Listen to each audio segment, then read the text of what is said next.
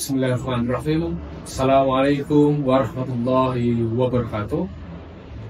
Perkenalkan, saya Hasfi Hawali Abdul Matin, dosen program studi S1 Ilmu Lingkungan, Fakultas Matematika dan Ilmu Pengetahuan Alam, Universitas 11 Maret, Indonesia. Izinkan saya untuk menyampaikan pernyataan diri dosen dalam unjuk kerja Tridharma Perguruan Tinggi atau PTD UKT-PT dalam bidang pengajaran. Pada kesempatan kali ini saya akan memaparkan terkait dengan mata kuliah yang saya ampu, yaitu mata kuliah pencemaran lingkungan. Pada mata kuliah pencemaran lingkungan ini membahas berbagai jenis pencemaran lingkungan seperti halnya udara, air, tanah, dan juga pencemaran lainnya.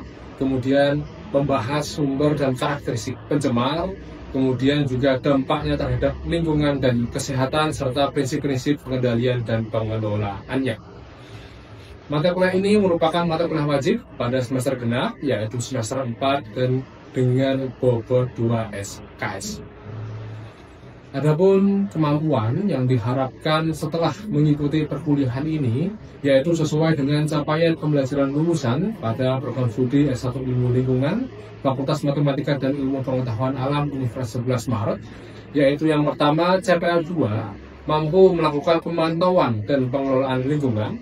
Kemudian yang kedua CPL 5, mampu memberikan rekomendasi terkait pemantauan dan pengelolaan lingkungan. Dan yang ketiga yaitu CPL 7, mampu melakukan riset dalam rangka pemantauan, pengendalian, pengelolaan, dan juga pemulihan kualitas lingkungan. Selanjutnya, capaian pembelajaran mata kuliah atau CPMK. Pada mata kuliah pencemaran lingkungan, ini terdapat 3 CPMK, yaitu yang pertama, mahasiswa mampu menjelaskan konsep dasar pencemaran lingkungan. Kemudian yang kedua, mahasiswa mampu mengidentifikasi sumber dan karakteristik berbagai jenis pencemar lingkungan. Dan yang ketiga, mahasiswa mampu menyusun solusi berbasis lingkungan untuk pengurangan pencemaran secara berkelanjutan. Selanjutnya, pada mata kuliah pencemaran lingkungan ini terdapat 8 poin materi pembelajaran, diantaranya adalah yang pertama, definisi dan sumber pencemaran udara. Kemudian yang kedua, komponen pencemar udara. Kemudian yang ketiga, termodinamika pencemaran udara. Yang keempat, pencemaran daratan dan permasalahan limbah padat. Dan yang kelima, definisi dan sumber pencemaran air dan juga indikator pencemaran air. Selanjutnya yang keenam, indikator biologis pada air dan udara. Lalu yang ketujuh, dampak pencemaran lingkungan, dan yang kedelapan adalah usaha penanggulangan dampak pencemaran lingkungan. Adapun sumber ataupun juga sistem pembelajaran pada mata kuliah pencemaran lingkungan adalah dengan sistem blended learning yang dilaksanakan secara luring dan daring. Secara luring adalah dengan cara tatap muka dan juga ada kunjungan lapangan, sebagai contoh kunjungan ke IPAL rumah sakit atau ke IPAL komunal yang ada di Yogyakarta. Sedangkan untuk secara daring, yaitu menggunakan platform Zoom untuk kelas virtual, serta Learning Management System atau LMS SPADA yang telah disediakan oleh Universitas 11 Maret untuk menyampaikan materi perkuliahan dan juga penugasannya. Adapun metode pembelajaran yang digunakan pada mata kuliah pencemaran lingkungan ini adalah ceramah, kemudian juga ada diskusi kelompok, pembelajaran kolaboratif, dan juga studi kasus. Interaksi pembelajaran pada mata kuliah ini menggunakan diskusi terkait isu lingkungan yang sedang saat ini, sehingga muncul tanya jawab antara dosen dan juga mahasiswa. Selanjutnya untuk basis penilaian pada mata kuliah pencemaran lingkungan ini meliputi yang pertama, case method, yaitu sebesar 25%, team based project sebesar 25%, evaluasi pada tengah semester yaitu 25%, dan yang terakhir evaluasi pada akhir semester yaitu sebesar 25%. Baik, demikian pemaparan terkait mata kuliah yang saya ampu, yaitu mata kuliah pencemaran lingkungan. Dan berikut adalah video pembelajaran secara daring atau virtual menggunakan platform Zoom. Terima kasih telah mengikuti. Kurang lebihnya mohon maaf. Assalamualaikum warahmatullahi wabarakatuh. Baik, bismillahirrahmanirrahim. Assalamualaikum warahmatullahi wabarakatuh. Waalaikumsalam. Waalaikumsalam. Syukur Alhamdulillah pada siang hari ini kita dapat berjumpa kembali untuk mengikuti perkuliahan mata kuliah pencemaran lingkungan ya. Jadi pada kesempatan kali ini kita akan membahas terkait dengan topik pencemaran air atau pencemar air. Namun begitu, sebelum kita mulai, mari kita berdoa sesuai dengan agama juga kepercayaan kita masing-masing, dengan harapan kegiatan ini dapat berjalan dengan lancar dan juga teman-teman mendapatkan hasil yang maksimal. Berdoa, saya persilahkan.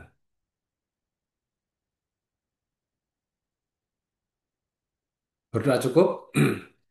Baik, saya share screen dulu materinya.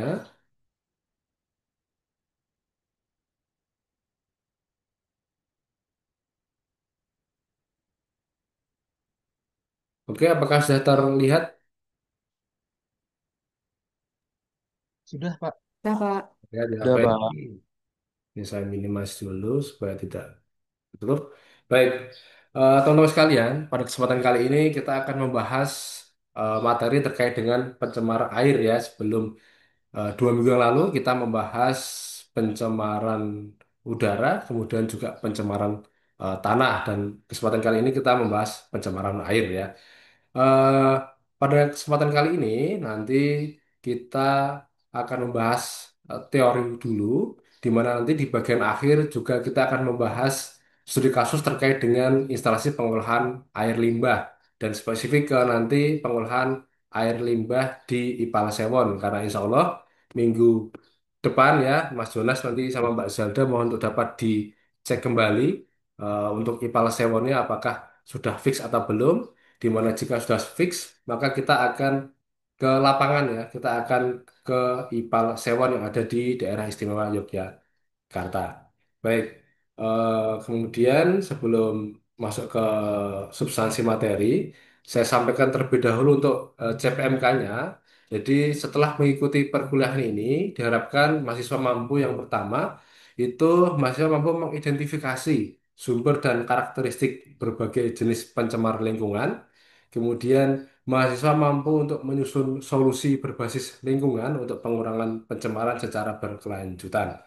Kemudian untuk pertemuan ini adalah pertemuan setelah ujian tengah semester ya. Jadi pertemuan ke-9 itu metode pembelajarannya adalah dengan ceramah, studi kasus, dan juga insya Allah minggu depan dilanjutkan dengan kunjungan lapangan yang nanti ke IPAL Sewon. Baik, teman-teman sekalian, eh, sebelumnya ada yang tahu nggak apa sih itu pencemaran air? Silahkan. Ada yang bisa raise hand? Oke, Mas Jonas, silakan.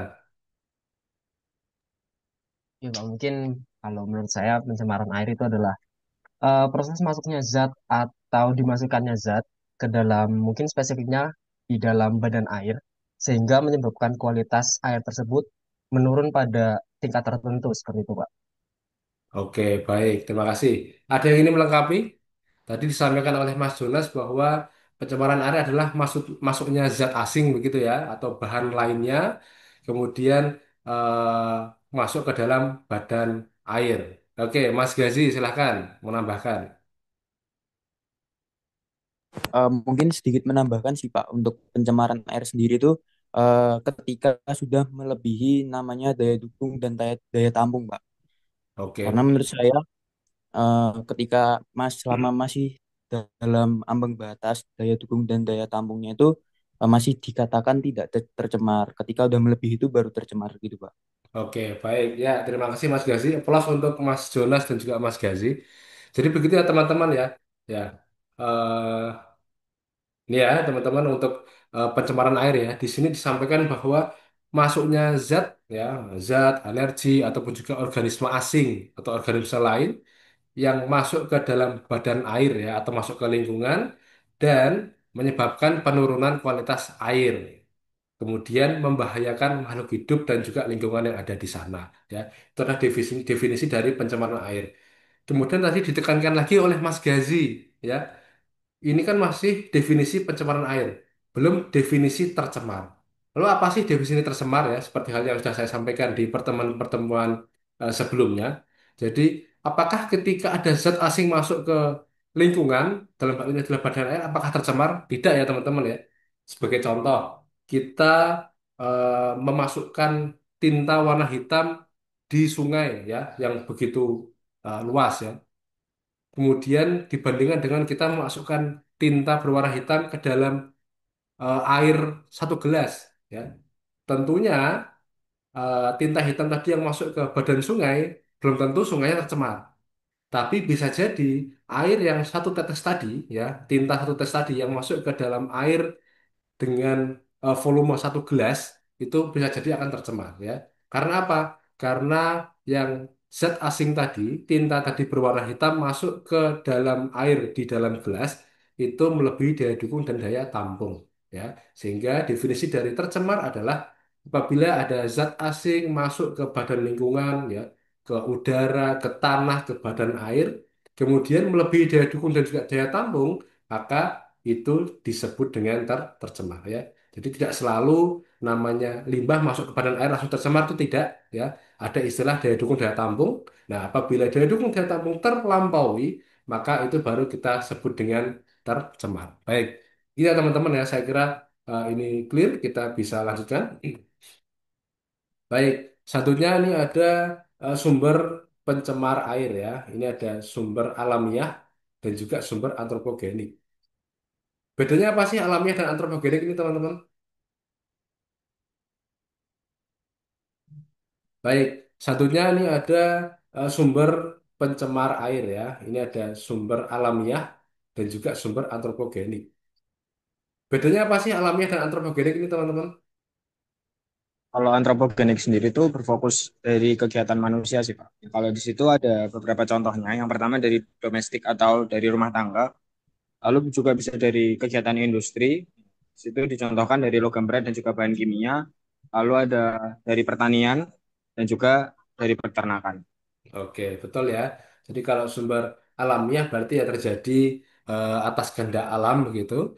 Tapi kalau antropogenik berarti atas dasar akibat ya disebabkan oleh kegiatan-kegiatan manusia. Tadi sempat disampaikan bahwa ada dari kegiatan domestik, industri, pertanian dan juga peternakan.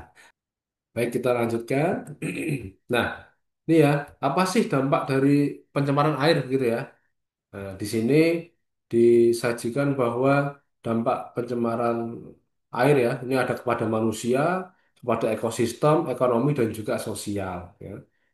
Untuk kepada manusia ini penyakit diare ya, ada air, kemudian terkontaminasi, ada polutan di dalamnya, ternyata ketika dicek E. coli-nya tinggi, oke, otomatis manusia yang mengkonsumsi air tersebut sakit perut ya, kena diare, kolera, eh, kanker ya jangka panjang, keracunan logam berat juga jangka panjang ya. Ini akibat dari mengkonsumsi air yang tercemar. Gitu. Kemudian ekosistem ya, ada eutrofikasi ya. Ini contoh eutrofikasi ya, kemudian kematian biota air ya.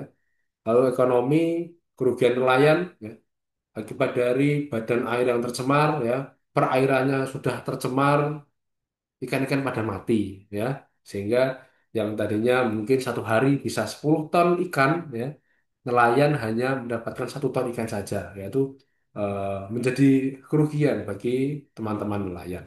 Kemudian juga biaya pengolahan air mahal. Eh, Bisa dibayangkan ya, beberapa merek terkenal yang kita minum ya, air minum dalam kemasan itu, jika sumber airnya dari air baku yang buruk kualitasnya, maka biaya produksinya menjadi lebih mahal. Sebagai contoh, em, di Semarang itu ya, PDAM-nya, perusahaan daerah air minum, itu sumber airnya dari Kali Garang. Semakin ke sini, informasi yang saya dapat, kualitas airnya semakin menurun. Sehingga dampaknya apa? Dampaknya kos untuk mengolah air tersebut menjadi air bersih itu menjadi lebih mahal. Koagulan yang diperlukan lebih banyak ya, bahan kimianya butuh lebih banyak.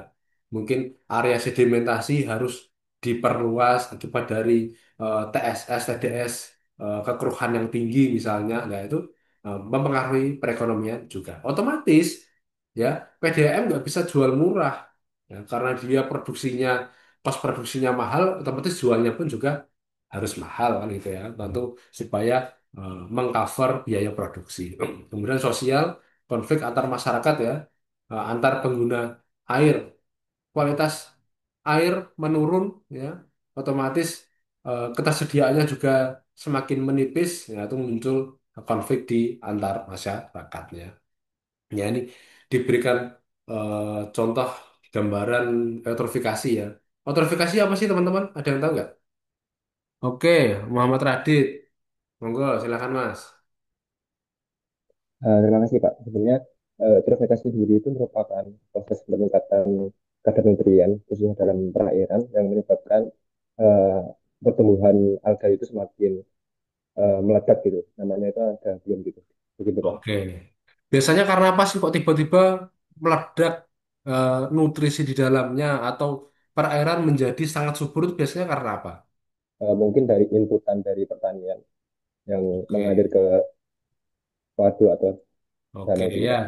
Biasanya ada kegiatan pertanian ya, petani di hulu begitu menggunakan pupuk yang berlebihan, ya. Kemudian pupuk tersebut kontak dengan air yang ada di sawah, kemudian entah hujan atau bagaimana melimpas ke sungai, lalu menuju ke hilir. Salah satunya misal ini sungai yang ada di hilir, waduk, embung, rawa, ya itu sangat mudah eh, atau juga menjadi sangat subur sehingga tanaman menjadi sangat lebat ya. Efeknya apa sih Mas? Jika kondisinya seperti ini, tiba-tiba airnya sangat subur, kemudian pertumbuhan alga, pertumbuhan tanaman meledak tuh dampaknya apa? Tahu nggak? Eh, Mungkin bisa menurunkan apa namanya kadar oksigen atau DO-nya sehingga bisa apa ya Pak, organisme dalam air itu bisa mungkin meninggal atau merusak ekosistem gitu Pak. Oke, betul ya.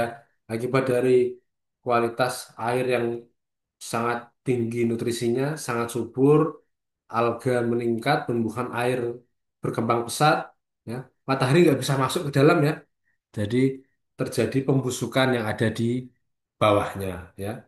Kualitas air menjadi menurun. Tadi disampaikan juga oleh Mas Radit, kadar oksigen menurun ya, atau dissolve oksigennya drop gitu, ya. Otomatis biota yang ada di dalamnya mati ya. Di sini juga disampaikan kematian pada biota air. Oke, terima kasih Mas Radit. Oke, kita bisa next. Nah, selanjutnya ini adalah indikator kualitas air ya. Nah, ini saya kalau tutup ya. Nah, di sini ada parameter fisika, kimia, dan juga biologi ya. Disampaikan bahwa ada parameter suhu, kekeruhan, ya, warna. Kemudian untuk kimia ada pH, DO, BOD, COD, logam berat ya. Ini biasanya pengukuran logam berat disesuaikan dengan lokasinya.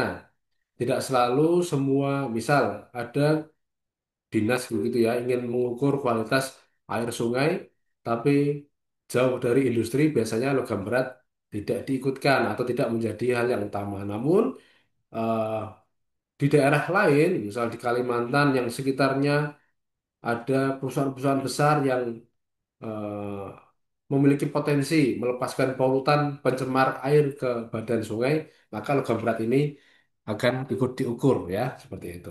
Kemudian untuk parameter biologi ya, ada E. coli, total coliform. Pada prinsipnya, kalau untuk air minum maka harus zero E. coli ya, tidak boleh lebih. Nanti secara detail teman-teman bisa lihat di PP 2221 ya, itu terkait dengan standar baku mutu air gitu. Oke, ini terkait dengan pencemar air ya. Bagaimana sih limbah atau air yang tadinya em, air bersih menjadi grey water, apalagi menjadi black water ya, itu dikelola. Nah, ini kita mengenal yang namanya instalasi pengolahan air limbah ya atau IPAL ya. Di sini disampaikan bahwa definisi IPAL ya, instalasi yang digunakan untuk mengolah air limbah agar memenuhi baku mutu. Berarti ada air berkualitas buruk, ya, black water misalnya, itu diolah di dalamnya, ya ini adalah salah satu gambaran IPAL. Ya. Ini berarti IPAL secara aerobik, ya, kontak dengan oksigen itu diolah ya menggunakan unit-unit yang ada di IPAL, kemudian harapannya di bagian output itu sudah memenuhi baku mutu ya, sehingga ketika dibuang ke badan air atau dibuang ke lingkungan itu tidak mencemari lingkungan ya. Di sini juga disampaikan jenis IPAL ya, ada IPAL domestik, IPAL industri, IPAL komunal ya. IPAL domestik ini ada yang tahu apa IPAL domestik teman-teman? Oke, Mbak Ardelia. Izin jawab Pak, biasanya IPAL domestik itu IPAL yang mengolah limbah rumah tangga Pak, seperti Oke, limbah dari kamar mandi, dapur, ataupun dari toilet. oke. Contohnya apa kalau yang familiar biasa kita jumpai? Biasanya sih itu limbah cuci baju, terus limbah mandi juga, terus cuci piring gitu-gitu Pak. Oke, baik ya. Terima kasih Mbak Ardelia. Ya, ini untuk kegiatan IPAL yang mengolah air limbah sisa kegiatan domestik ya. Kalau ini IPAL yang digunakan untuk mengolah air limbah dari sisa kegiatan industri, dan kalau IPAL komunal ya, IPAL komunal bisa untuk domestik, bisa untuk industri ya. Karena IPAL komunal ini arahnya adalah IPAL yang digunakan untuk komunal ya atau untuk bersama-sama. Kemudian teman-teman, IPAL itu tidak harus yang kompleks ya, harus melalui 6 unit ya. Ada screening awal, ada bak sedimentasi awal, koagulasi, flokulasi, eh, injeksi yang lain, kemudian ada sedimentasi 2 dan seterusnya ya sampai dengan outlet. Itu tidak harus ataupun juga tidak melulu seperti itu ya. Teman-teman pasti mengenal yang namanya septic tank ya. Ya. Septic tank itu juga bisa kita anggap sebagai instalasi pengolahan air limbah. Ini tujuannya apa sih, IPAL ya? Ini tujuannya adalah untuk mengurangi beban pencemar air limbah ya. Kita lanjut. Nah, ini ada IPAL Sewan Bantul ya. Eh, Informasi ini saya dapatkan secara sekunder, termasuk juga laporan kunjungan yang saya lakukan beberapa tahun lalu. Saya compare di sini. Sekaligus besok ketika kita kunjungan lapangan bisa kita konfirmasi ya dengan pengelola yang ada di IPAL Sewon ya, apakah betul seperti ini atau mungkin sudah ada perubahan. Nah, IPAL Sewon Bantul ini yang insya Allah kita kunjungi minggu depan ya teman-teman. Ini adalah lokasinya di Dusun Kalangan ya, Desa Bondowoharjo. Ini di Sewon Bantul, daerah istimewa Yogyakarta. Di sini disampaikan pengelolanya adalah DLH Kabupaten Bantul. Kalau yang informasi yang saya dapat itu, walaupun dia di Bantul, tapi dia tidak hanya mengolah limbah domestik yang ada di Bantul saja. Namun kabupaten-kabupaten di sekitarnya ikut masuk ke IPAL Seven ini. Lalu untuk kapasitasnya ini adalah 2.400 meter kubik per hari. Jadi di inlet itu teman-teman, ya per hari masuk sekitar 2.400 meter kubik limbah domestik ya. Itu yang harus IPAL Sewon olah ya. Ini didirikan tahun 94 sampai 95 ya. Operasionalnya ini mulai beroperasi pada tanggal 1 Januari 1996. Oh, ini ya, ada. Wilayah layanan Kota Yogyakarta, sebagian kabupaten di Sleman ternyata hanya 4 kecamatan, dan juga sebagian kabupaten Bantul 3 kecamatan ya. Lanjut, sini disampaikan ya, ini tahapannya ada pre-treatment, pre-treatment awal, primary treatment, secondary, tertiary, dan juga slash treatment. Nah, di sini disampaikan bahwa untuk pre-treatment ada penyaringan awal ya. Jadi sebelum limbah masuk sampai dengan primary treatment harus disaring terlebih dahulu. Agar apa? Ya agar jangan sampai misal ada batang pohon yang besar. Misal kok ada kasur gitu ya, masuk ke saluran pipa ipalnya ya tidak masuk ke primary treatment. Ya. Itu bisa tersaring di awal, kemudian diambil. Kemudian kemana? Ya ke TPA ya. Nah, karena itu kan limbah padat. Lalu ada sedimentasi awal ya, ada pengendapan awal. Ya. Kemudian masuk ke primary treatment. Ini pengendapan primer ya, dia sistemnya adalah dengan sedimentasi. Lalu secondary treatment secara biologis, aerobik, anaerobik. Lalu tertiary treatment ada desinfeksi ya. Di bagian tertiary treatment itu diinjekkan klorin ya untuk memenuh eh, bakteri ya, patogen dan lain sebagainya ya. Nah, di sini juga ada slash treatment. Ini untuk apa? Untuk mengolah lumpur hasil proses pengolahan air limbah ya, dan itu harus dikelola tersendiri. Kita lanjut, nah ini adalah tahapannya ya. Ini ada bak inlet dan juga bak ekualisasi ya. Jadi limbah masuk via saluran utama ini disampaikan ada 300 mm. Ini menuju bak ekualisasi untuk mengatur debit dan kualitas limbah. Nah, di sini ada pretreatment secara fisika, grid, grid chamber ya. Nah, ini menyaring sampah besar ya. Tadi disampaikan di awal juga ya. Ini penyaringan ya. Ini. Lalu ada pengendapan awal atau pengapungan awal ini memisahkan antara padatan berat dan minyak ya. Ini minyak cukup mengganggu ya untuk ipal domestik seperti ipal sewon sehingga minyak harus diambil tersendiri. Lalu untuk primary treatment ini disampaikan bahwa dengan penambahan zona pengendapan primer untuk memisahkan suspended solid ya sebelum masuk ke tahap berikutnya. Lalu secondary treatment ini secara biologi ya. Ini awalnya menggunakan lagunan fakultatif, berarti ada yang kontak dengan oksigen, biasanya yang atas, kemudian yang bawah itu yang eh, minim oksigen atau dianggap sebagai tanpa oksigen. Ini berbasis bakteri aerob dan anaerob ya. Nah, di sini disampaikan bahwa setelah upgrade ya berganti ke sequencing batch reaktor ya. Ini reaksi reaktor biologis aerasi, pengendapan dan juga pembuangan efluen. Kemudian ini anaerobic digestion ya, WSB.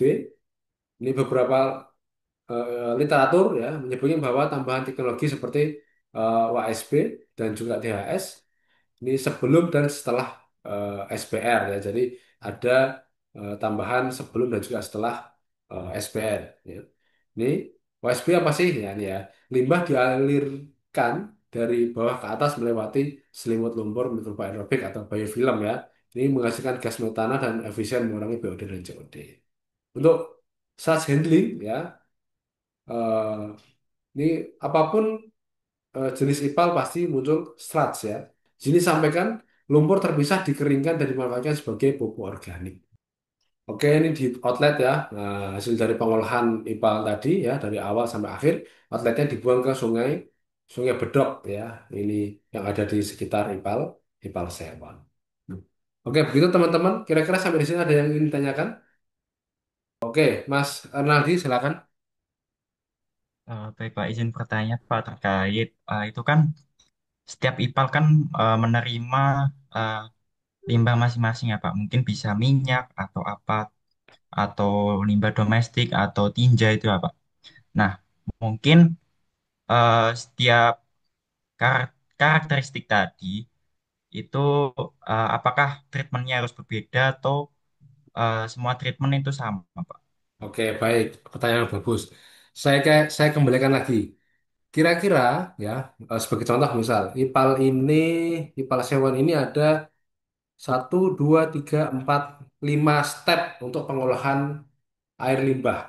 Ya, kalau saya tanya kembali ke Mas Renaldi tadi ya, apakah ipal itu harus 5 step, Mas Renaldi? Kira-kira yang Anda tahu bagaimana?